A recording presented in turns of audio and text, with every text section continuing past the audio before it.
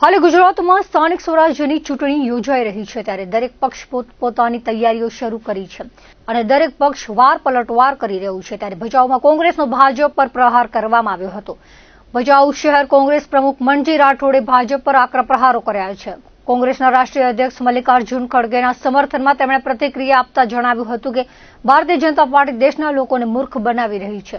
વધુમાં કહ્યું હતું કે ભાજપ ખોટા વચનો અને ભ્રામક પ્રચાર દ્વારા જનતાને ગેરમાર્ગે દોરી રહી છે, જ્યારે કોંગ્રેસ હંમેશા જનહિતના મુદ્દાઓ માટે પ્રતિબદ્ધ રહી છે।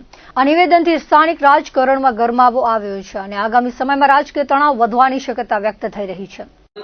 કેરળ વિધાનસભાની ચૂંટણી દરમિયાન ભારતીય રાષ્ટ્રીય કોંગ્રેસના અધ્યક્ષ ખડગેજી દ્વારા એક નિવેદન આપવામાં આવ્યું અને ગુજરાતના પ્રદેશ પ્રમુખથી કરી અને નાના પાયદળિયાઓ તૂટી પડ્યા છે। હવે શિક્ષણ બાબતની આ વાત હતી અને બહુ સરસ વાત હતી, ઇંગ્લિશમાં કરેલો ભાષણ હતો।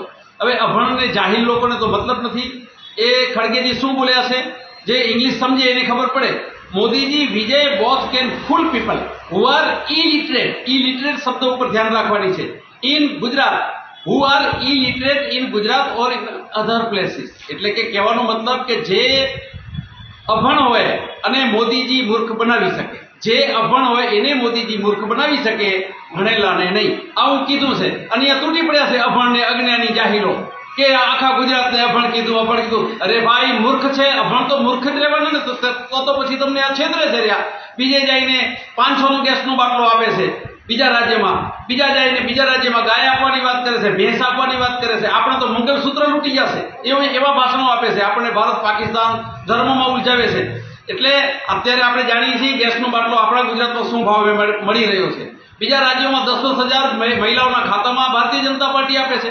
તો જે અભણ છે એને આ નથી સમજાતું, એને હિન્દુ મુસ્લિમ અને ધર્મ ભારત પાકિસ્તાન દેખાય છે, અને જે ભણેલા લોકો છે એ 10,000 લે છે, ગેસનો બાટલો 500માં લે છે, એમના બાળકો મફત શિક્ષણ મેળવે છે।